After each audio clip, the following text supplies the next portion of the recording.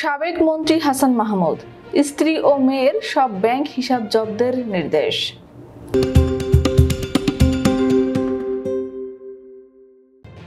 সাবেক পররাষ্ট্রমন্ত্রী ও আওয়ামী লীগের শীর্ষ পর্যায়ের নেতা হাসান মাহমুদ তার স্ত্রী ও মেয়ের সব ধরনের ব্যাংক হিসাব জব্দ করার নির্দেশ দিয়েছে আর্থিক গোয়েন্দা বিভাগ।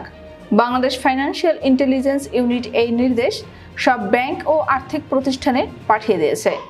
শেখ হাসিনা সরকারের পতনের পর থেকে হাসান মাহমুদকে প্রকাশ্যে দেখা যায়নি।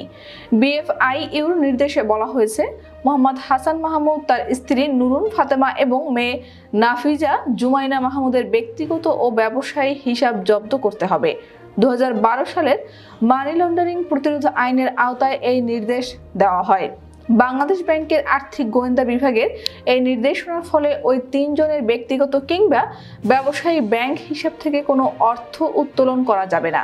শেখ হাসিনা সরকারে যাদের অত্যন্ত প্রভাবশালী হিসেবে গণ্য করা হতো তাদের মধ্যে হাসান মাহমুদ একজন। গণ আন্দোলনের মুখে শেখ হাসিনার দেশ ত্যাগের পর হাসান মাহমুদও দেশ ছাড়ার চেষ্টা করেন, কিন্তু ব্যর্থ হন। তবে এখন তিনি কোথায় আছেন সে সম্পর্কে পরিষ্কার কোনো তথ্য নেই।